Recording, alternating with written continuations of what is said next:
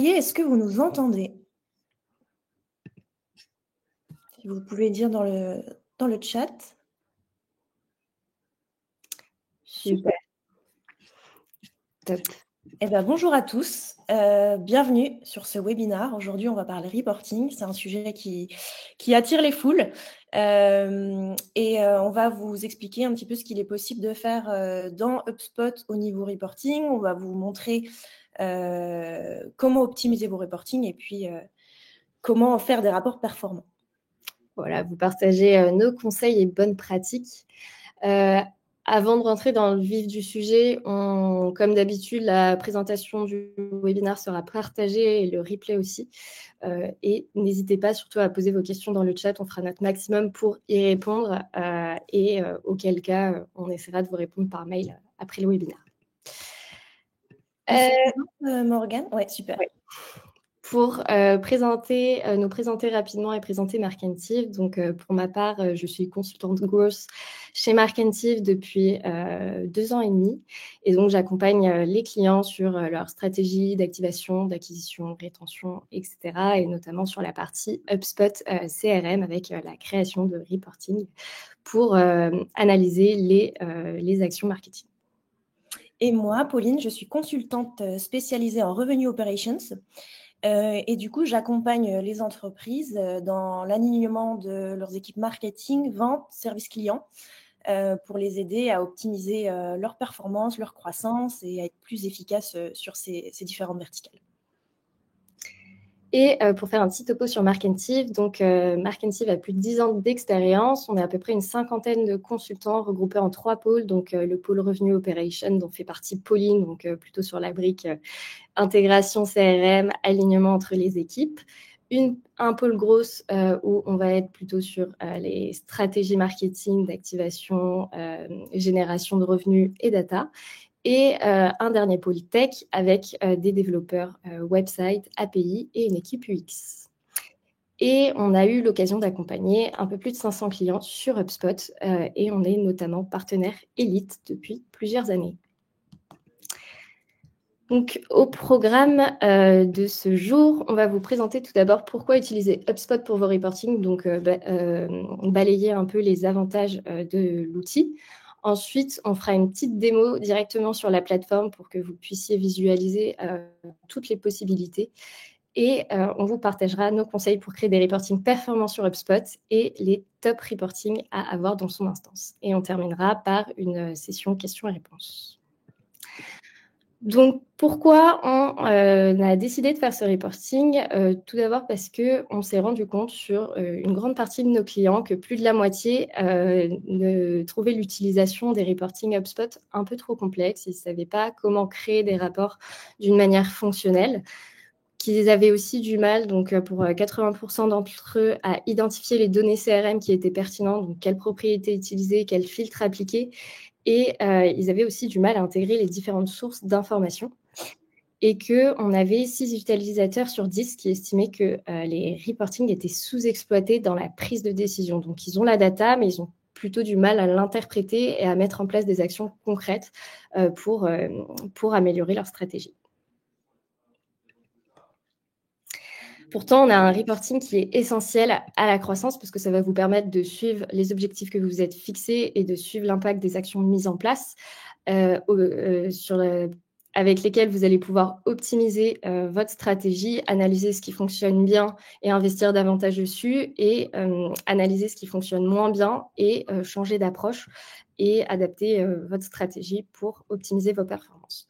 Le tout qui va apporter un alignement entre chacune de vos équipes en centralisant la data et apporter une data accessible et similaire à toutes vos équipes. Donc, HubSpot, c'est un outil qui répond aux principaux points de friction que les entreprises peuvent rencontrer sur le reporting, avec des rapports qui sont simples à utiliser, une data qui est mise à jour en temps réel. Donc, restez avec nous, on vous explique tout dans la suite du webinaire. Donc, première partie, pourquoi HubSpot pour vos reporting? Donc, quels sont les avantages d'HubSpot, comme on vient un peu de le dire?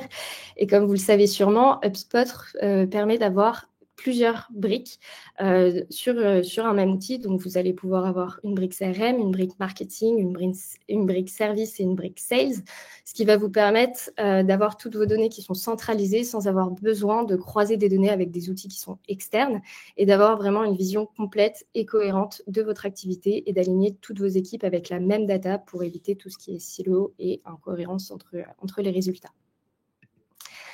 Ensuite, un des avantages d'HubSpot, c'est d'avoir de la data un petit peu partout. On va le voir plus précisément dans la démo, mais vous allez pouvoir accéder à des tableaux de bord déjà préfaits et intégrés avec des KPI qui seront présents immédiatement en un coup d'œil sur chacune des briques d'HubSpot. Donc, au niveau du marketing, ça va être plutôt sur vos emails marketing, vos landing pages, vos formulaires. Là où sur la partie sales, vous pourrez voir rapidement le nombre d'opportunités par étape, la durée moyenne du cycle de vente, le montant des transactions. Et sur la brique service client, ce sera plutôt le nombre de tickets qui seront ouverts par statut, le taux de satisfaction client, etc.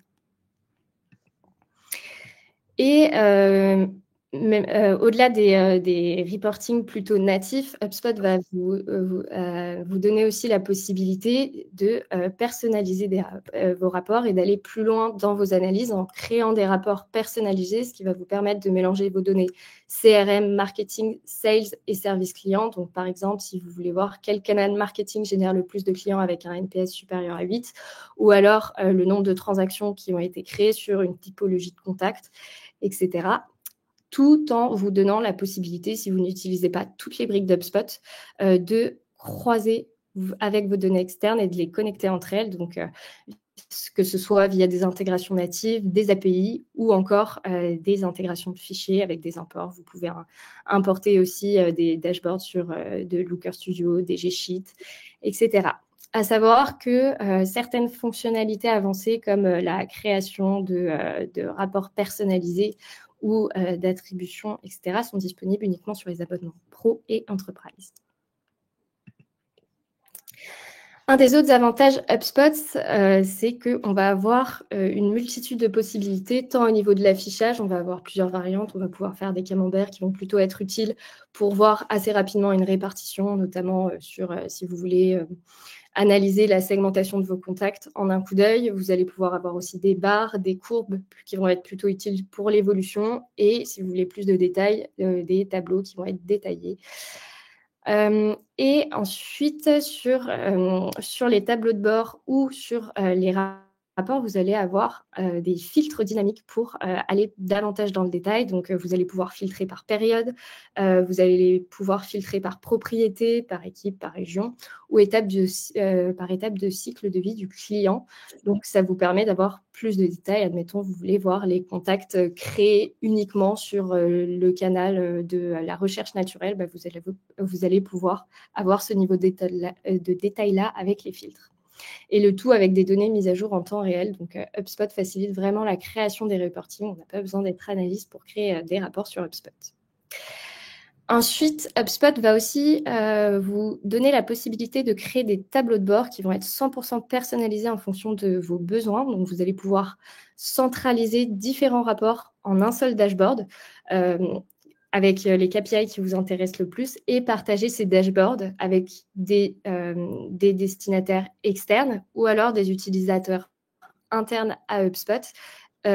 Et vous pouvez justement envoyer ces dashboards par email de manière récurrente, par exemple, une fois par mois pour vous assurer que tous vos collaborateurs ont accès à cette information de manière régulière. Du coup, on passe à la pratique. On va vous montrer un petit peu comment ça fonctionne dans HubSpot. Donc, je vais vous partager mon écran. Hop.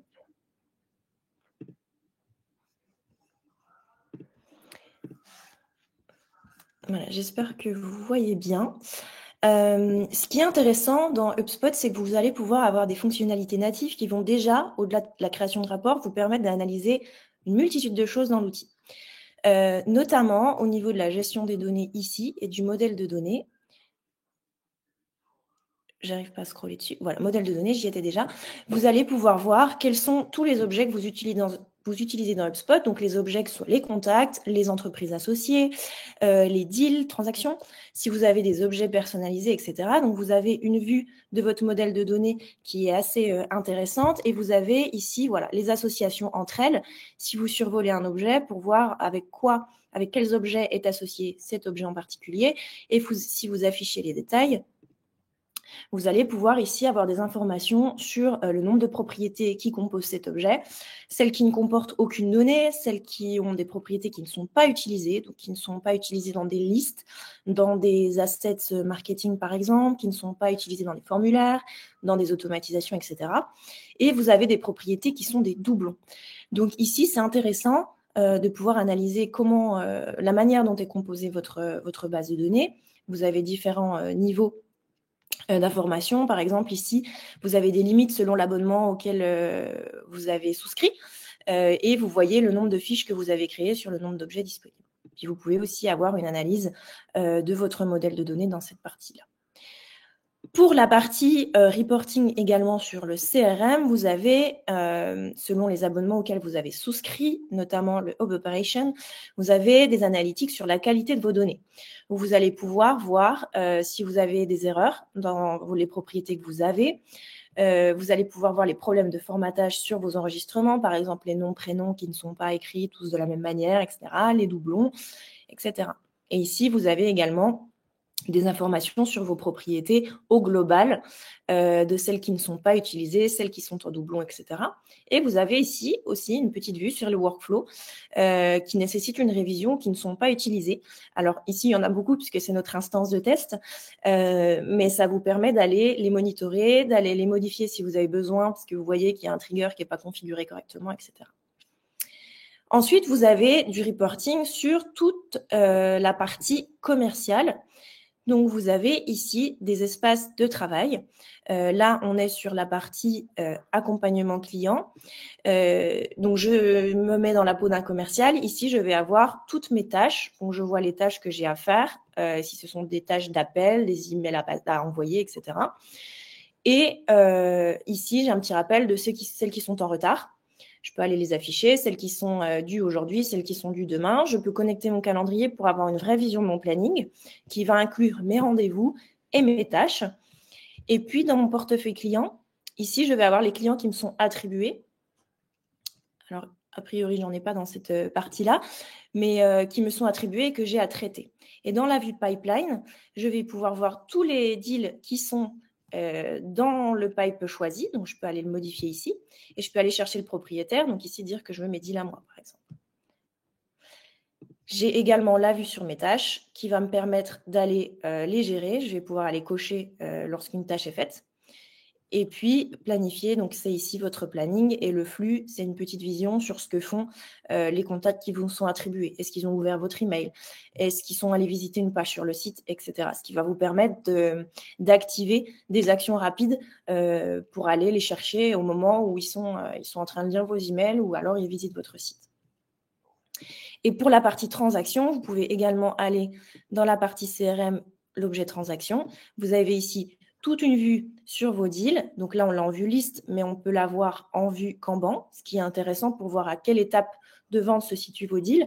Et vous avez des analytics ici pour avoir la valeur totale de votre pipeline. Vous avez un montant pondéré en fonction des probabilités de gain à chaque étape que vous aurez paramétré, etc. Et puis, les montants des transactions conclues.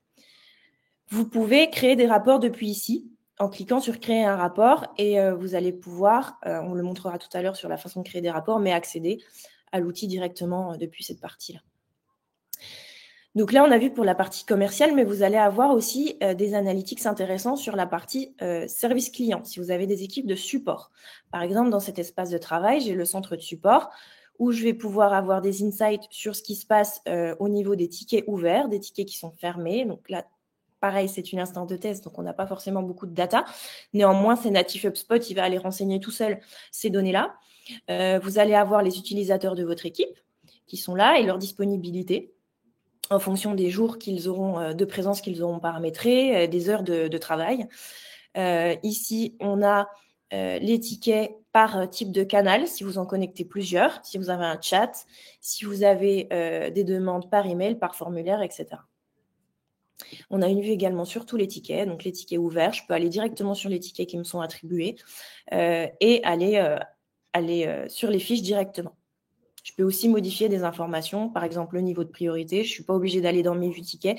Je peux les modifier directement depuis cet espace-là, aller le réattribuer si j'estime qu'il n'est pas pour moi.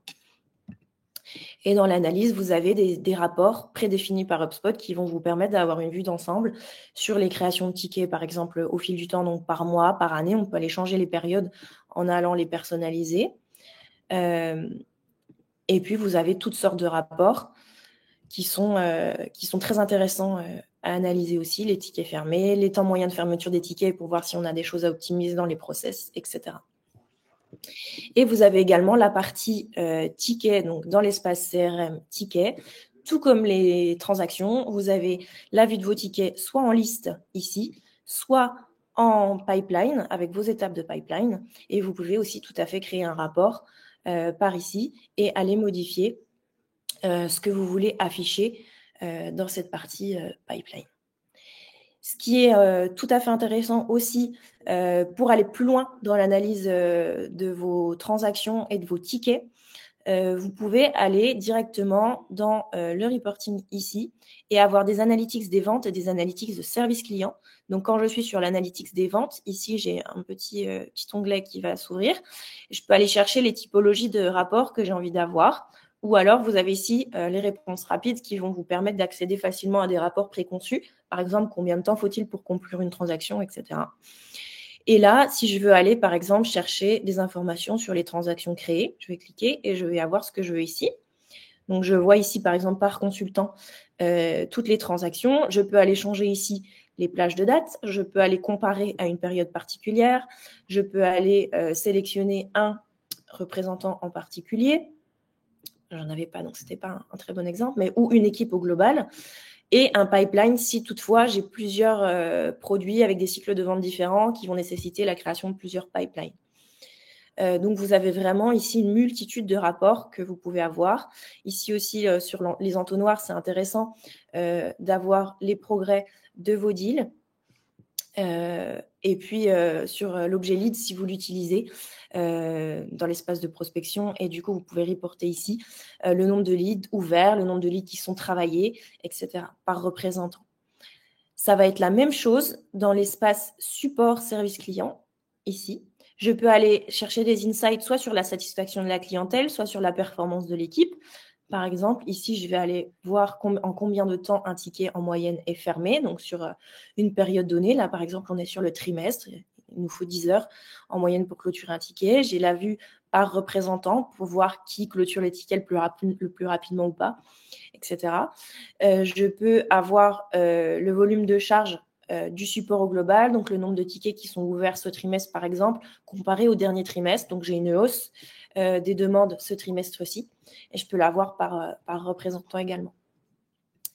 Donc, voilà pour ces parties-là sur tout ce qui est reporting de CRM, d'analytics des ventes et d'analytics du service client. Et Morgane, elle va vous présenter toute la partie marketing. Donc, je vais arrêter. Partage d'écran, je crois que c'est déjà fait. On va passer sur la partie marketing et contenu. Donc, vous avez toutes ces briques-là, donc campagne, email marketing, réseaux sociaux, publicité, formulaire, CTA, sur lesquels vous pouvez avoir du reporting. Donc, en commençant par la partie campagne, ça va être plutôt pratique pour regrouper vos assets sur une même campagne et analyser les assets qui fonctionnent le mieux. Donc, ça va vous permettre de voir le ROI. Est-ce que certains de vos assets ont déclenché la création de transactions? Quel chiffre d'affaires peut être associé à ces assets? Et le nombre de contacts influencés, le nombre de sessions sur le site. Et après, avoir un détail sur chacun de vos assets qui sont ajoutés à cette campagne, donc sur les CTA, les emails marketing, les pages de destination, les posts de réseaux sociaux. Et pareil pour l'attribution, donc le nombre de contacts qui ont été créés par type de ressources, par élément et par source d'interaction. À savoir que la partie chiffre d'affaires n'est pas forcément très fiable dans le sens où ça peut être quelqu'un qui a cliqué sur votre email mais qui est en cours dans une transaction, qui a générer une opportunité à côté. Et donc, faut prendre un peu de recul sur l'attribution de ces sources-là. Ensuite, on va avoir la partie email marketing où vous allez avoir un onglet analyser où vous allez pouvoir en fait avoir les KPI principaux avec le nombre d'emails envoyés, le taux d'ouverture, le taux de clic, le taux de remise, taux de rejet permanent qui va être important à analyser. Et pareil après avec un breakdown par type d'appareil et également les performances au fil du temps avec également un tableau qui regroupe vos emails avec les meilleurs taux de clics par ouverture, les taux de remise, etc. Et si vous voulez plus de détails sur les emails, vous pouvez directement aller cliquer sur un de vos emails et voir la performance, donc le taux d'ouverture, le taux de clic et également voir les contacts qui ont été le plus engagés, voir comment est-ce que ces contacts ont lu l'email, est-ce qu'ils l'ont complètement lu, est-ce qu'ils ont juste ouvert l'email et l'ont fermé directement ou est-ce qu'ils l'ont lu en diagonale. Et également le taux d'ouverture par client de messagerie, sachant que sur HubSpot, on est un peu limité sur la partie iOS puisqu'il y a un système de sécurité qui fait qu'on n'est pas capable à 100% de traquer les ouvertures sur iOS. Ensuite, si on passe sur la partie Ads, donc je suis toujours sur la brique marketing publicité, je vais encore avoir cet onglet analyser. Donc, je peux filtrer par plage de date, par compte publicitaire, par campagne active, inactive ou supprimée. Et je vais avoir rapidement le nombre d'impressions, le nombre de clics, le nombre de contacts, le nombre de transactions que mes campagnes ont pu générer.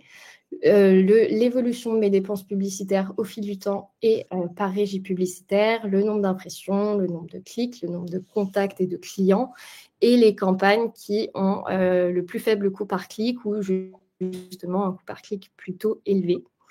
À savoir que du coup, on peut connecter seulement Google Ads, Facebook, LinkedIn en termes de régie publicitaire et pas encore TikTok, qui est quand même une régie publicitaire qui est importante. Donc là, on va plutôt venir importer de la donnée si besoin. Ensuite, pareil sur la partie réseaux sociaux, on va avoir les KPI principaux avec le nombre de followers, le nombre de posts qui ont été publiés, les interactions, le nombre de contacts créés, le nombre de sessions. Si vous avez un compte YouTube, vous allez pouvoir aussi analyser les performances de visionnage et aussi vos meilleurs posts de réseaux sociaux.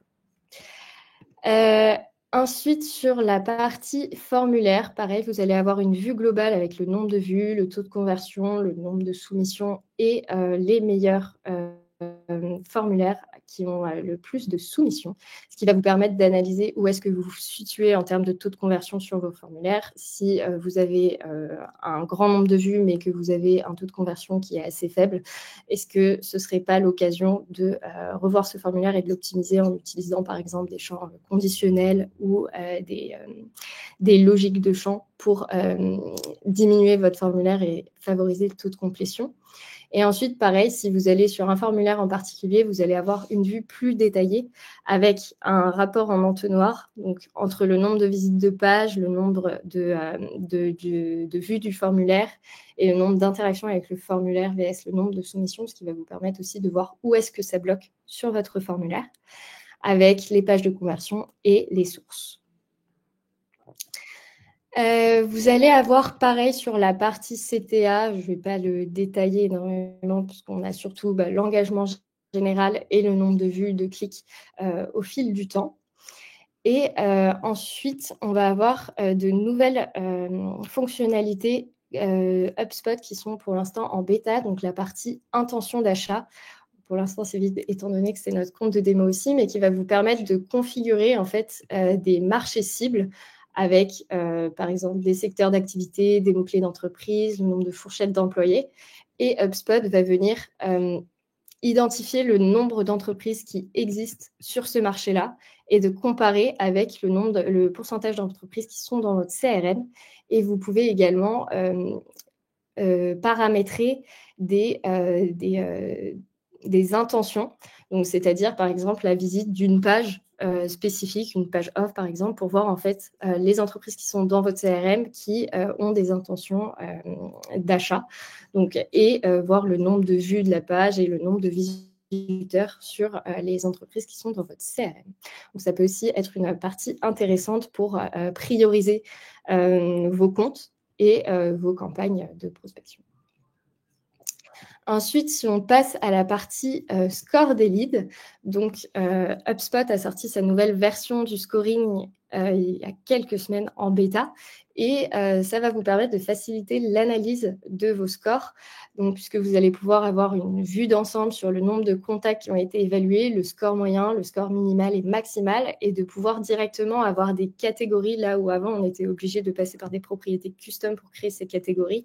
Là, aujourd'hui, on a directement dans une même vue là où se situent vos contacts, et vous pouvez du coup adapter votre scoring si éventuellement vous avez des contacts qui restent bloqués au score le plus bas, pour voir comment vous pouvez les faire avancer le plus rapidement dans ce score-là.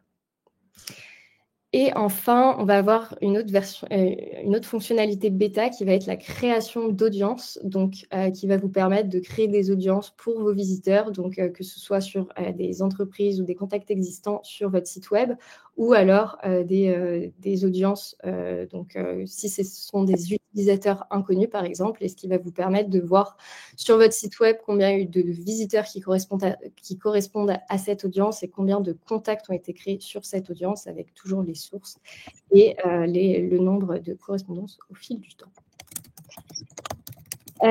Ensuite, si on passe à la partie contenu, on va pouvoir venir analyser les performances du site web assez rapidement, avec le nombre de vues, le nombre d'entrées, de sorties, la durée moyenne par page consultée et le taux de rebond. Et pareil, toujours les nouveaux contacts, le nombre de clients qui revient à peu près sur l'ensemble des reportings, et également ces performances par source.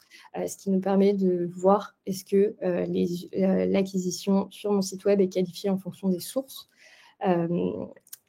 et donc le nombre de pages vues au fil du temps. À savoir que aussi dans les rapports avec la nouvelle fonctionnalité IA d'HubSpot, vous allez pouvoir générer directement des explications sur vos rapports.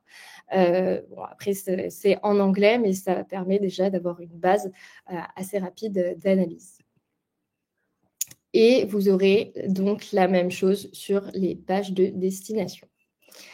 Ensuite, si on passe à la partie SEO, vous allez avoir un rapport qui va vous permettre d'identifier les petits soucis et blocages qui font que votre page, votre site peut avoir des difficultés en SEO. Donc, vous allez avoir les catégories on-page, expérience, vitesse de site, et vous allez pouvoir également intégrer votre Search Console à HubSpot pour centraliser toute cette data-là et avoir directement accès à toutes les informations. Et ensuite, comme le disait Pauline tout à l'heure, on va également avoir accès ici à des reportings un peu plus avancés qui vont être disponibles donc, sur les publicités, sur l'analyse du site web par source, par page, par paramètre UTM si vous en utilisez, et également donc, tout ce qui va être information sur le nombre de créations de contacts par source, etc. Également, donc, si on passe à la partie tableau de bord, vous allez pouvoir ajouter les rapports que vous souhaitez, soit en partant de vos rapports enregistrés ou en créant un nouveau rapport. Ici, en termes d'accessibilité, vous pouvez modifier l'accès soit à vous uniquement, soit en modification, ou soit à des utilisateurs spécifiques. On reviendra juste après sur nos conseils pour gérer les accès. Et c'est ici directement que vous pouvez partager votre rapport par mail. Si on passe à la partie création de rapports, donc pour aller plus loin, si les rapports natifs d'HubSpot ne vous suffisent pas, vous avez déjà tout d'abord des modèles de reporting qui sont déjà présents. Vous pouvez sélectionner la source de données que vous souhaitez. Donc, si vous voulez analyser vos campagnes, vous avez directement des rapports qui sont pré-créés. Mais vous avez toujours la possibilité de créer des rapports en partant de zéro. Donc, je vois que le temps tourne. Et donc, les objets uniques, ça va vous permettre de créer des rapports sur un seul objet. Donc, soit les contacts, soit vos entreprises, soit vos transactions. Donc, le nombre de contacts qui ont été créés ce mois-ci, le nombre de transactions qui ont été créées sur l'année. Et si on y passe rapidement, vous allez donc pouvoir sélectionner votre objet principal et ajouter les propriétés de contact que vous souhaitez. Donc là, par exemple, pour date de création, je veux le nombre de contacts qui ont été créés ce mois-ci. J'ai juste besoin de date de création et je vais venir glisser les métriques que je veux visualiser. Moi, je veux plutôt un graphique en colonne. Vous allez pouvoir ajuster la fréquence donc avec du mensuel et dans options d'affichage, vous allez pouvoir aussi comparer par rapport à l'année précédente. Donc, et toujours ajouter les fils que vous souhaitez si, par exemple, vous souhaitez que ce soit uniquement des contacts issus du marketing. Voilà pour la partie objet unique. Ensuite, pour la partie générateur de rapports personnalisés, ça va vous permettre de croiser entre les différents objets. Donc, si vous voulez mesurer le nombre de transactions créées sur les contacts qui ont été générés le mois dernier, par exemple, vous allez avoir ce type de rapport où vous allez pouvoir soit commencer par un jeu de données que vous pré-créez, c'est-à-dire une association entre différents objets, ou alors sélectionner vos propres sources de données avec, donc, soit en partant d'une source de données principale qui sera les contacts si vous voulez voir le nombre de contacts ou de transactions et que vous pouvez croiser avec les activités d'email marketing, les interactions par contact, les CTA, etc. Et en termes de structure, c'est, je trouve, pour ma part, un peu plus simple à utiliser et plus instinctif. Donc, vous allez pouvoir mettre directement le nombre de contacts et filtrer avec le nombre de création des transactions. Donc, pour ça, on va mettre date de création de la transaction est connue, par exemple, et comme ça, je vais pouvoir avoir le nombre de contacts qui auront une transaction qui a été créée. Et ensuite, concernant les autres types de rapports, donc les rapports sur le parcours client et les rapports en entonnoir, ça va être globalement la même chose. Ça va vous permettre de créer des rapports sur les étapes du parcours client et de voir globalement, si on clique dessus, le nombre, par exemple, de contacts qui passent de lead à opportunité. Vous pouvez toujours filtrer par plage de date, choisir soit en chemin ou en entonnoir, et ça va vous permettre d'avoir le taux de conversion et le temps de passage d'une étape à l'autre, ce qui va vous permettre surtout de voir en fait où est-ce qu'il peut y avoir des abandons et où est-ce que le taux de conversion est le plus faible, ainsi que le temps moyen pour terminer le parcours, voir comment vous pouvez l'optimiser. Et vous avez également la partie rapport d'attribution qui va vous permettre ici de...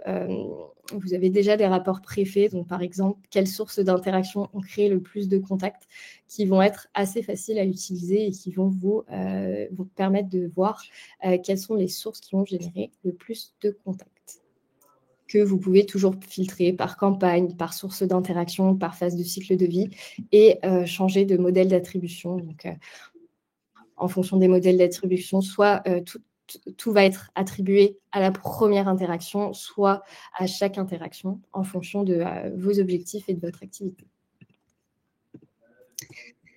Et ensuite, aussi, on a la fonctionnalité IA d'HubSpot, qui est encore aujourd'hui un petit peu limitée et qui ne sera utile que pour les rapports très simples. Mais si vous voulez aller assez vite et et créer un rapport. Donc, par exemple, combien de contacts créés cette année par mois. Vous allez faire créer un rapport et vous allez avoir au moins une base de rapports que vous pouvez personnaliser par la suite. Donc voilà, là, j'ai le nombre de contacts qui ont été créés par mois. Je peux le sauvegarder ou alors le personnaliser et repartir de ça pour pouvoir créer le rapport que je souhaite. Voilà pour la démo marketing. Je vois qu'il y a des questions, on y répondra à la fin du webinaire. Et si on n'a pas le temps de répondre à toutes, on répondra en follow-up de ce webinaire. Donc, suite à cette démo, donc là, vous avez le résumé de la démo pour ceux qui vont le regarder en replay ou qui n'ont pas pu assister à cette démo. Donc, les prérequis pour avoir des reportings riches et performants. Donc, le premier prérequis qu'on va conseiller, c'est d'avoir une data qui est fiable, donc avec une architecture CRM qui est propre et adaptée au reporting. On va éviter les doublons et on va favoriser les propriétés de type menu déroulant, notamment si vous voulez analyser, par exemple, le type de poste de vos contacts. Généralement, on va aller dans vos formulaires, c'est souvent du texte sur une seule ligne, donc ça va être un peu très hétérogène. Ça va être très hétérogène, donc on va conseiller plutôt de mettre en avant dans vos formulaires des propriétés de type menu déroulant pour mieux analyser vos rapports. Et on va venir aussi s'assurer que toutes les sources de données soient bien associées à HubSpot. Ensuite, deuxième prérequis, c'est de définir les KPI à mesurer, donc définir ceux qui vont être le plus pertinents pour son équipe et pour son expertise et qui soient alignés avec des actions que vous menez en parallèle. Donc, pour les équipes marketing, ça va être plutôt sur les leads générés, la performance des assets marketing. Là où pour les équipes sales, ça va être plutôt le nombre d'opportunités générées, le nombre d'appels passés sur les leads et sur service client, donc temps moyen de résolution des tickets. Et à savoir qu'il faut adapter surtout ces KPI à sa cible. Donc, pour les dirigeants, on va plutôt être sur des objectifs, des KPI qui vont être macro, qui vont directement donner un aperçu de l'impact de des actions de votre équipe sur le business. Donc, nombre de leads, nombre d'opportunités, nombre de montant du chiffre d'affaires généré. Là où sur des opérationnels, on va pouvoir aller plus dans le détail sur les performances des assets, sur les nombres d'activités qui ont été effectuées par les équipes sales. Troisième prérequis, ça va être d'identifier les sources de trafic. Donc, pour ça, on conseille fortement de paramétrer des UTM sur l'ensemble des liens qui pointent vers votre site pour pouvoir identifier les sources de trafic, étant donné qu'en marketing, on va beaucoup les utiliser. Et que les sources natives, les propriétés de sources natives d'HubSpot vont se baser sur ces UTM-là, donc c'est très important de les avoir. Et on va venir conseiller aussi de créer et ajouter des champs UTM dans vos formulaires pour venir récupérer cette donnée-là à chaque fois que un contact remplira un formulaire suite à une campagne ou un canal externe. Et aussi, on conseille de comparer vos sources de données, vos sources d'acquisition avec celles d'HubSpot. Donc, sur HubSpot, ça va être recherche naturelle, référencement payant, autres campagnes, email marketing. Mais on voit beaucoup le cas où ça ne correspond pas forcément aux canaux des clients. Donc, on a pas mal de clients qui font, par exemple, des partenariats avec de l'achat de bannières sur des sites partenaires et ça ne remonte pas proprement dans HubSpot, alors que tes clients aimeraient le voir correctement. Et ça demande du coup la création de propriétés de sources personnalisées et des workflows d'attribution un peu plus spécifiques. Mais si vous voulez un reporting fiable, il faut généralement passer par là. Ensuite, quatrième prérequis, ça va être de définir des règles de création des dashboards. Donc, à savoir que sur la partie dashboard, on est limité à 50 dashboards par compte, donc sur les abonnements pro et entreprise. Et chaque dashboard peut contenir 30 rapports, il me semble. Et donc, on va venir conseiller de favoriser l'utilisation des filtres et pour éviter la démultiplication des dashboards. Donc, par exemple, si vous voulez analyser l'activité sales sur plusieurs équipes, éviter de créer plusieurs dashboards, mais plutôt ajouter un filtre d'équipe sur ce dashboard-là. Et enfin, on va venir définir des droits d'accès adaptés à l'usage de vos collaborateurs, donc que ce soit sur la partie création de rapports ou visualisation des tableaux de bord. Donc généralement, on va venir en fonction des objectifs des dashboards. Par exemple, si c'est une analyse de l'activité sales, on va plutôt limiter au personnel de l'équipe. Donc les droits en lecture et les comptes admin en modification, et le masquer pour les autres équipes, et ouvrir l'accès aussi en lecture aux dirigeants pour avoir une bonne visibilité. Et ensuite, on va pouvoir passer à la partie, donc les top reporting HubSpot à avoir dans son instance. Donc, c'est vrai qu'on a eu l'occasion d'accompagner plus de 500 clients, comme on vous le disait au début, sur différentes expertises. Donc, des reportings, on en a fait pas mal. Et on en a pas mal qui reviennent souvent. Donc, on va vous les présenter aujourd'hui. Et Pauline, vas-y. Je prends la main. Donc, ce qu'on a fait, c'est qu'on a sorti les top dashboards selon les typologies d'équipes, ce qui peut être intéressant, puisque tout le monde peut avoir besoin d'avoir accès à des analytics dans HubSpot et pas seulement des équipes commerciales et marketing. Ça peut notamment être intéressant pour des équipes Ops ou admin ou des équipes qui font partie d'une DSI. Ici, vous avez à chaque fois le type de sujet qu'on peut aller analyser. On vous a mis des exemples de KPIs également. Alors, ce n'est pas une liste exhaustive, hein. Il y a forcément plus de KPIs, mais on vous a mis les principaux. Mais par exemple, pour des équipes DSI, comme je vous le montrais en préambule sur la démo, avec les outils sur la qualité des données, le suivi, l'analytics des workflows, etc., vous allez pouvoir vraiment voir si votre donnée elle est fiable et vous allez pouvoir corriger rapidement les dysfonctionnements. Donc, vous allez pouvoir aller voir si vous avez des propriétés qui ne sont pas qualifiées sur les objets. C'est intéressant d'aller créer un tableau de bord avec des rapports sur des associations manquantes, par exemple des contacts qui n'ont pas d'entreprise associée, des contacts qui n'ont pas d'adresse email, ce qui est un petit peu embêtant pour envoyer ensuite des emails marketing ou des emails en one-to-one, des contacts qui n'ont pas de numéro de téléphone si toutefois vous faites beaucoup de phoning, etc. Ça va être intéressant également d'ajouter un paramétrage pour vous envoyer automatiquement le tableau de bord que vous aurez créé afin d'établir une routine de cleaning. On le sait, une instance propre, c'est une instance qui est monitorée régulièrement et sur laquelle on a des actions de cleaning régulières. Donc, on va définir une fréquence, par exemple au trimestre, d'aller cleaner un petit peu l'instance sur la base des insights qu'on va récupérer. Et si vous avez des outils qui sont synchronisés entre eux, ce qui est possible, paramétrez bien dans les droits au niveau de l'intégration quel outil a la main sur l'écriture de la donnée pour éviter que des données soient effacées et écrasées par un outil qui est synchronisé. Vous allez pouvoir aussi monitorer l'adoption et l'utilisation des outils. Surtout en phase d'onboarding, quand on vient d'implémenter un outil CRM, on a envie de vérifier qu'il est bien utilisé. Donc, vous allez pouvoir monitorer la fréquence d'utilisation de l'outil par les équipes, les connexions, les dates de dernière connexion. Est-ce que des activités sont enregistrées dans le CRM? Par exemple, est-ce que les rendez-vous sont logués, ce qui veut dire que les commerciaux ou d'autres ont bien connecté leurs agendas?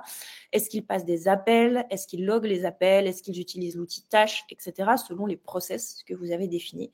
Puisque si vous leur demandez d'utiliser les tâches et que vous leur en créez automatiquement, mais qu'ils ne les utilisent pas, ça peut avoir un impact aussi sur la suite business. Et ce qu'on vous conseille aussi sur l'adoption, c'est vrai qu'on le recommande souvent en phase d'onboarding, c'est de choisir un ambassadeur adoption qui va aller recueillir les feedbacks des autres utilisateurs pour voir quels sont les freins à l'utilisation s'il y en a. Est-ce qu'il y a des choses qui peuvent être améliorées? Est-ce qu'il y a des choses qui ont été oubliées dans le process? Ce qui va vous permettre aussi d'aller revoir un petit peu les cas d'usage s'il y a besoin pour aller mettre en place d'autres routines. Et puis également d'évaluer les besoins en formation de chacun pour voir s'il est utile de faire des repasses sur des process qui ont été définis et sur l'utilisation de la plateforme. Ensuite, si on passe pour les rapports à avoir pour les équipes marketing, donc l'objectif des équipes marketing, ça va être surtout d'avoir une visibilité sur les contacts qui ont été générés et les campagnes les plus performantes pour le business. Donc, un des rapports qui revient souvent, ça va être la segmentation des contacts en base.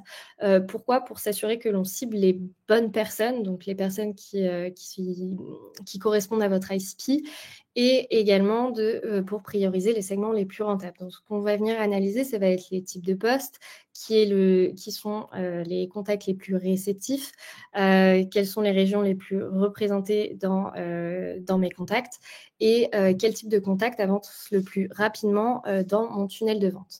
Donc, pour ça, on va venir créer des rapports de nombre de contacts créés par segment, par poste, par région, par secteur d'activité, etc. Et tout ce qui peut être pertinent pour votre analyse en segmentation. Et de venir mesurer le volume d'opportunités générées par type de contact. Donc, ici, on va venir utiliser des rapports plutôt personnalisés. Donc, on va venir mesurer le nombre de contacts ici par département et pareil pour le volume d'opportunités générées par type de contact en ventilant soit par les phases de cycle de vie, soit par les phases de transaction. Et ce qui va nous permettre d'analyser, par exemple, vous êtes une entreprise qui vend un logiciel pour créer des sites internet automatiquement. Et à la base, vous souhaitez vous adresser principalement aux équipes marketing. Finalement, vous voyez que vous générez davantage de contacts dans un département tech. Et pareil pour les opportunités, vous allez pouvoir investir davantage sur la cible tech et revoir éventuellement votre approche sur la cible marketing, parce que vous vous rendez compte que ce que vous mettez en place ne vous permet pas de générer suffisamment de contacts sur cette typologie de contact. Et donc, vous allez pouvoir retravailler votre approche, que ce soit au niveau des messages, des canaux ou du ciblage. Ensuite, quelque chose qui va être très important aussi, ça va être l'analyse des sources de contact et des opportunités générées. Donc, on en a déjà pas mal parlé, mais l'important, ça va être d'identifier les canaux qui vont être les plus performants pour pouvoir optimiser les efforts en allouant plus de ressources aux leviers les plus rentables. Bien sûr, tout en calculant le coût par contact et le coût par opportunité pour savoir si vous êtes prêt à investir davantage. Et on va venir donc voir quels sont les canaux marketing qui ont permis le plus de création de contacts. Et pareil pour les opportunités. Donc ici, on va utiliser un premier rapport des nombres de contacts générés, ventilés par les sources au fil du temps, ce qui permet d'avoir également une évolution et de voir la répartition des sources dans la création des contacts. Et on va venir créer aussi un rapport d'attribution sur les opportunités créées pour comparer le nombre de contacts qui ont été générés versus le nombre d'opportunités qui ont été générées sur les sources. Donc, par exemple, vous investissez pas mal sur le référencement payant et vous avez une stratégie de réseaux sociaux organiques. Sauf que, par exemple, si vous vous rendez compte que vous avez bien plus de 20% de vos contacts qui sont créés via le référencement payant. En revanche, vous avez seulement 1% qui sont créés via les réseaux sociaux. Et sur le rapport d'attribution, vous avez bien en revanche la plus grande partie qui vient du référencement payant, mais peu des réseaux sociaux. Donc ici, on va aller continuer à investir sur les canaux de référencement payant et éventuellement revoir sa stratégie, donc changer le type de post que vous proposez, ajouter davantage de liens sur vos posts réseaux sociaux pour favoriser l'acquisition, proposer des contenus téléchargeables, par exemple. Et sur la partie référencement payant, ce qui pourrait être intéressant, c'est que plutôt que ventiler par canal, essayez de ventiler aussi par campagne, puisque vous allez avoir cette fonctionnalité-là également dans HubSpot pour voir les campagnes qui vont être les plus performantes. Ensuite, on va venir également analyser le taux de conversion des contacts dans le funnel, ce qui va nous permettre, comme je l'ai évoqué tout à l'heure, d'identifier un peu les points de friction et de maximiser la progression des prospects vers la conversion finale. Donc, on va analyser le taux de conversion par phase de cycle de vie et la durée moyenne entre les étapes pour les leads qui ont été générés par le marketing.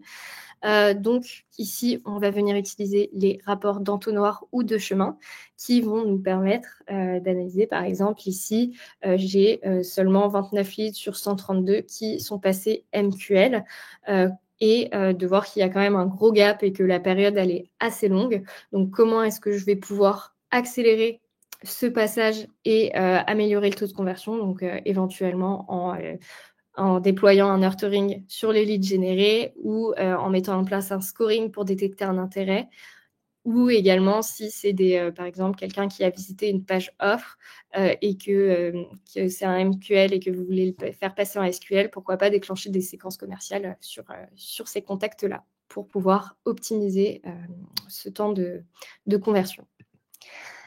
Et là, c'était plus d'un point de vue macro. Ça va être aussi important d'aller dans le détail de chacun des assets. Donc, pour ça, on va venir identifier les assets qui convertissent le plus et ajuster ces assets-là en fonction des résultats. Donc, les principaux, ça va être surtout les landing pages et les formulaires qui vont être un point de conversion primordial dans la génération de contacts. Et également la partie email. Est-ce que vos emails sont performants et permettent d'engager votre base de contacts, bien que ces analyses peuvent être réalisées sur tous vos assets marketing, que ce soit chatbot, des pop-up, réseaux sociaux, articles de blog. Et donc, pour ça, on va venir utiliser, notamment pour la partie formulaire ou landing page, plutôt les rapports d'HubSpot qui vont être natifs, puisqu'ils sont plutôt bien faits. Ça permet quand même, en un coup d'œil, d'avoir une visibilité suffisante. Donc, on va venir analyser le nombre de vues, VS le taux de conversion. Donc, si vous avez beaucoup de vues sur un formulaire et que vous avez peu de soumissions, d'accord, on va venir analyser le formulaire, analyser la landing page. Est-ce que la landing page répond bien à l'intention de recherche par exemple, si vous faites de l'ADS, est-ce que ça correspond à à la promesse qui est faite sur votre ADS est-ce que le contenu de ma landing page est suffisamment clair? Est-ce que la valeur ajoutée est suffisamment présente dans le discours? Et après, on va aussi venir analyser le formulaire et le raccourcir au maximum pour pouvoir favoriser le taux de complétion, donc ajouter des champs cachés ou des champs conditionnels, comme on l'a dit précédemment. Et sur la partie email, on peut utiliser soit les rapports natifs. Après, personnellement, j'aime bien créer des rapports personnalisés sur les emails, ce qui permet de filtrer avec des emails spécifiques. Vous pouvez filtrer par nom d'email ou ce qui va être pratique, ou alors par campagne, mais ça, vous pouvez le faire aussi dans les rapports natifs. Et donc, d'analyser les taux d'ouverture, les taux de clics, les taux de rejet, les taux de désabonnement. Et donc, si vous avez des taux d'ouverture qui sont faibles, on va plutôt venir essayer de faire des tests sur les objets d'email, sur les expéditeurs, sur les aperçus d'objets pour augmenter ce taux d'ouverture. Et on va venir régulièrement analyser les évolutions. Vous pouvez tout à fait faire aussi un rapport en courbe avec la date d'envoi et le taux de clic ou d'ouverture par semaine, par exemple, pour analyser les évolutions. Et si c'est plutôt le taux de clic, on va revoir le contenu, s'assurer que la lisibilité de l'email est correcte et s'assurer qu'il y a des CTA, etc. Au niveau des rapports qui peuvent être utiles pour les équipes commerciales, on va avoir, tu as des petits ballons, Morgane, c'était très joli. On va pouvoir suivre la performance des commerciaux. Ici, ce qu'on recommande, donc, c'est d'avoir un rapport un tableau de bord, pardon, vraiment composé de rapports qui ont attrait justement avec la performance et l'utilisation de l'outil pour les commerciaux, et un autre que je vais vous présenter après qui a vraiment attrait à la performance business. Donc ici, c'est de voir est-ce que les commerciaux remplissent leurs objectifs.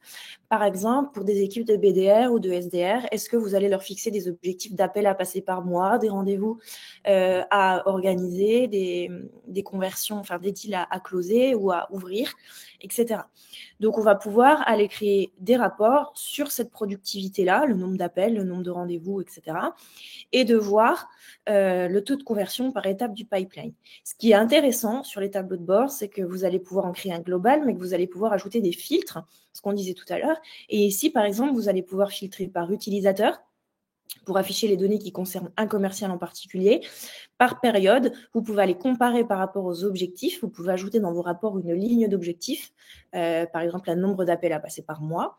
Et si vous voulez aussi le faire par équipe, si vous avez plusieurs équipes, vous pouvez filtrer le tableau de bord au global. Ce qu'on vous recommande sur ce type de tableau de bord-là, c'est de vraiment inclure vos équipes et d'aller dans vos points hebdomadaires ou mensuels, passer en revue avec eux leurs performances pour voir comment on peut optimiser les données qui sont présentes. Vous pouvez aussi aller identifier un top performer et l'aider à optimiser l'utilisation de l'outil et puis la performance commerciale de ceux qui ont des performances un petit peu en dessous si besoin, ou alors d'aider à comprendre pourquoi il y a des points de friction. J'aime pas totalement ce mot, mais j'en ai pas d'autres pour le moment.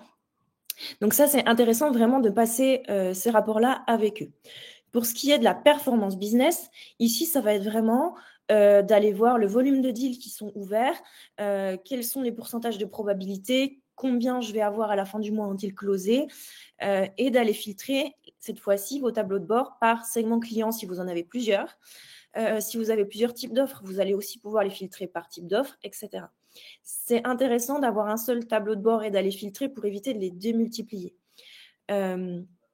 Et puis, vous allez pouvoir utiliser la fonctionnalité tag également. On le recommande souvent dans les pipelines de vente ou de tickets qui vont vous permettre d'afficher des codes couleurs pour aller visualiser rapidement, par exemple, des deals qui stagnent dans le pipeline. Vous pouvez paramétrer un tag pour dire « j'ajoute ce tag visuel pour tous les deals qui sont créés depuis plus d'1 mois et qui n'ont pas avancé » ou alors ceux qui ont une forte valeur en termes de montant. Au-delà de ce montant-là, je veux qu'on affiche un tag visuel pour que les commerciaux puissent voir qu'il est à traiter en priorité, par exemple.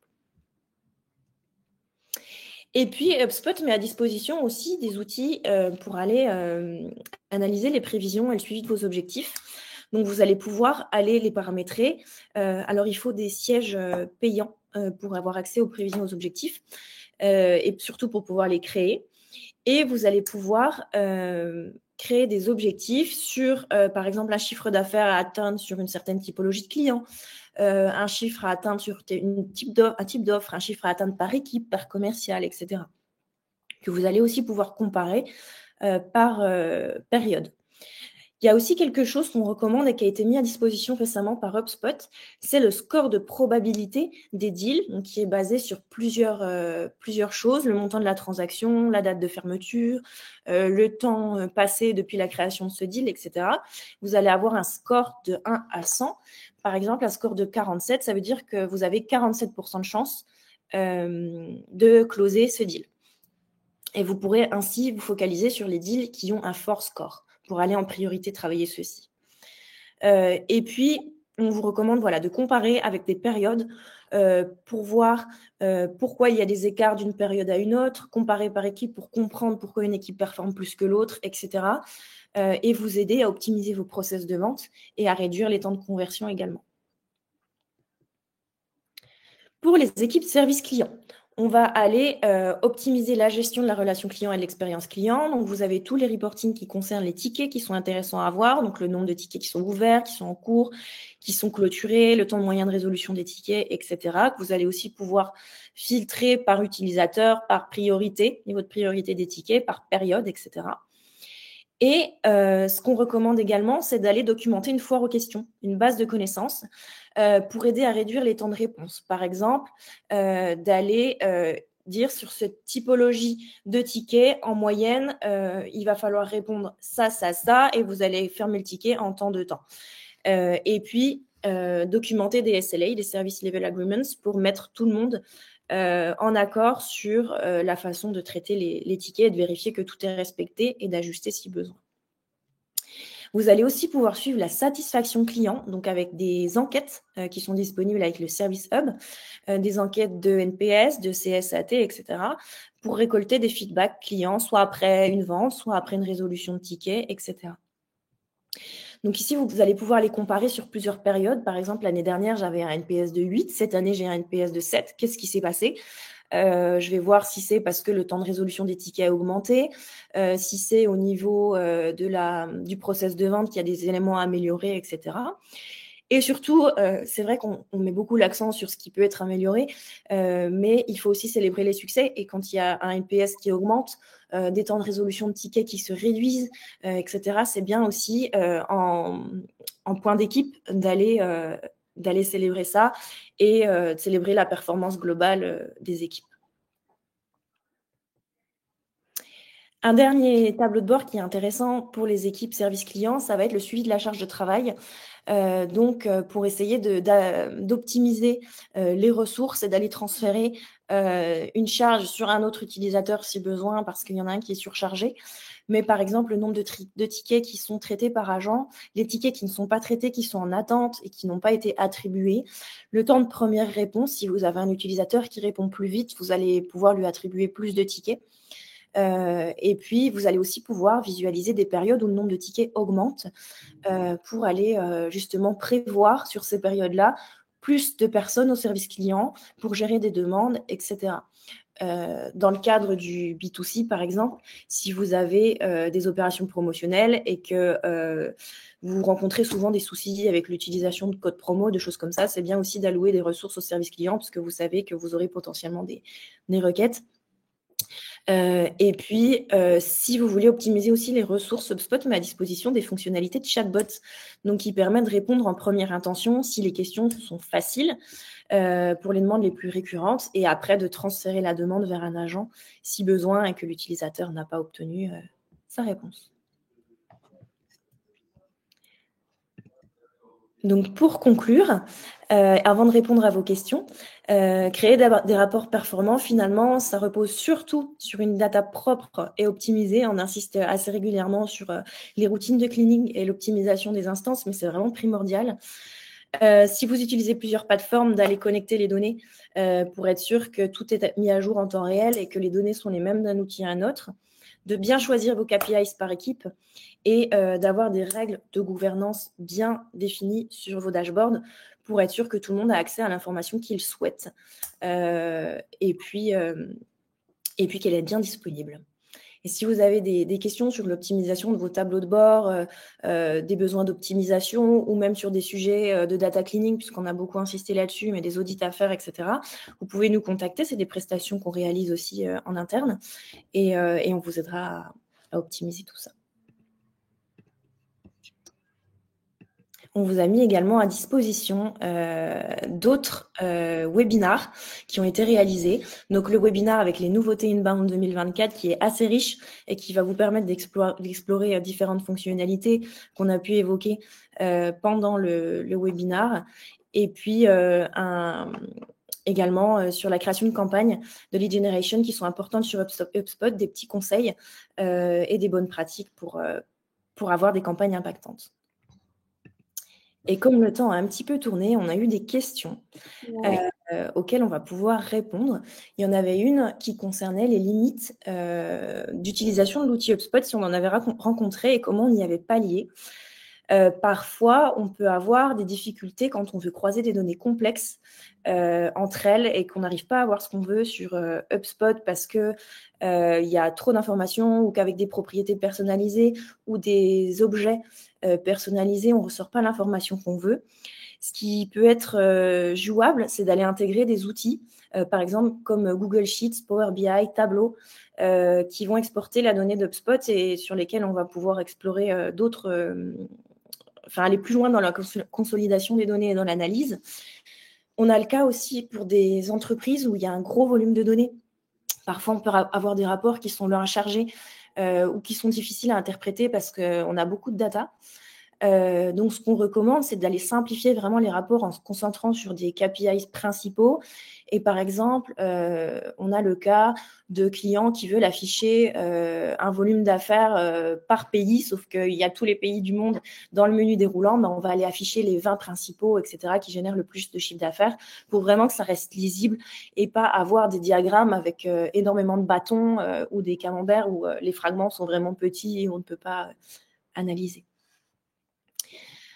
Il y a eu une question sur la gouvernance. Alors, Morgane y a un petit peu répondu pendant le webinar de quels sont nos conseils en termes de gouvernance sur les dashboards, qui peut les créer, les mettre à jour, etc. Sur ce qui est de la création de dashboard, il faut vraiment que ce soit des personnes qui ont une bonne compréhension des besoins métiers, qui vont savoir faire aussi. Et on recommande de limiter leur nombre, qu'ils ne soient pas trop nombreux, pour éviter d'avoir énormément de tableaux de bord qui soient redondants, qui soient mal configurés, etc. Donc vraiment avoir des des personnes définies pour la création des dashboards et après, vous pouvez avoir des contributeurs qui peuvent aller modifier des rapports spécifiques puisque vous pouvez gérer l'accès à certains tableaux de bord, etc. ou vous pouvez leur demander d'ajouter des commentaires. Il est possible d'aller commenter des rapports si une analyse n'est pas tout à fait claire, etc. Et d'ajouter, bien sûr, des personnes en lecture seule qui peuvent aller simplement les consulter, que ce soit un tableau de bord ou un autre, suivant ce que vous voulez leur donner à disposition. Ensuite, on avait une question. Est-ce qu'on peut voir le nombre de mails envoyés par notre messagerie qui n'ont pas été ouverts par le destinataire? Donc, si c'est envoyé directement par ta messagerie, il ne me semble pas. Après, si c'est des emails marketing, oui, bien sûr. Après, Pauline, corrige-moi si je me trompe, mais je ne crois pas que tu aies de rapport natif sur la partie directement envoyée par la messagerie. Même si c'est connecté à HubSpot. Si c'est des emails one-to-one, il ne me semble pas. On peut avoir, s'ils sont inclus dans des séquences, par exemple, on peut voir le nombre d'emails qui ont été envoyés et le nombre d'emails qui ont été ouverts. Ça, c'est possible. Donc, on fait rapidement la différence entre ceux qui n'ont pas été ouverts par le destinataire. Et il y avait une question également sur nos conseils en termes de mise à disposition des dashboards. Donc, ça rejoint un petit peu la gouvernance, mais là, la question était plus sur comment les ranger, éviter le surplus d'informations, etc. Donc, déjà, la première, c'est celle de bien gérer l'accès à ces dashboards et à la gouvernance. Ce que j'aime bien faire personnellement, vous pouvez ajouter dans des dashboards des blocs de texte. Et j'aime bien en ajouter un en en-tête de dashboard qui va expliquer ce qu'on va retrouver dans ce tableau de bord-là, quels sont les KPIs principaux qui vont être analysés au sein de ce tableau de bord, ce qui permet de switcher de dashboard si on sait qu'on ne trouvera pas l'information qu'on veut. Et ce qui est important aussi, c'est d'avoir une structure de nommage des dashboards qui soit claire. Par exemple, vous pouvez commencer par mettre le nom de l'équipe qui est concernée et puis un petit peu de détails sur le tableau de bord, mais au moins chacun a accès au tableau de bord qui concerne son équipe. Et ce qui peut être aussi intéressant, si vraiment vous avez beaucoup de tableaux de bord avec beaucoup de rapports, c'est d'aller créer un guide utilisateur sur comment retrouver l'information dont j'ai besoin, un petit peu aussi une foire aux questions internes pour aller chercher les KPIs dont on a besoin. Et on a une dernière petite question avec une personne qui, du coup, a des différences entre les résultats qu'il peut avoir sur HubSpot, notamment au niveau des sessions de trafic ou des conversions, vs Google Ads ou Google Analytics, ce qui est assez régulièrement le cas, puisqu'il y a des différences de tracking. Donc, HubSpot ne va pas calculer les sessions de la même manière que Google Analytics, par exemple. Et donc, parfois aussi, on a des différences de mesure.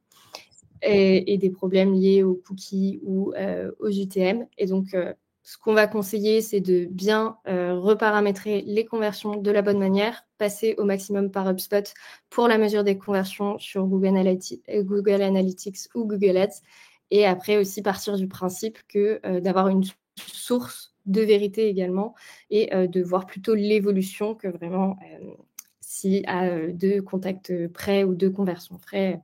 C'est pas exactement le même nombre, mais plutôt de voir vraiment l'évolution.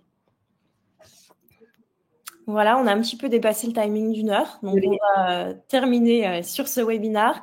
N'hésitez pas à nous contacter si vous avez des besoins, si vous avez des questions suite à ce webinaire. Vous allez bien sûr recevoir le replay et on reste à votre disposition si vous avez des projets d'accompagnement sur l'utilisation de HubSpot au global ou en particulier sur ces sujets de reporting.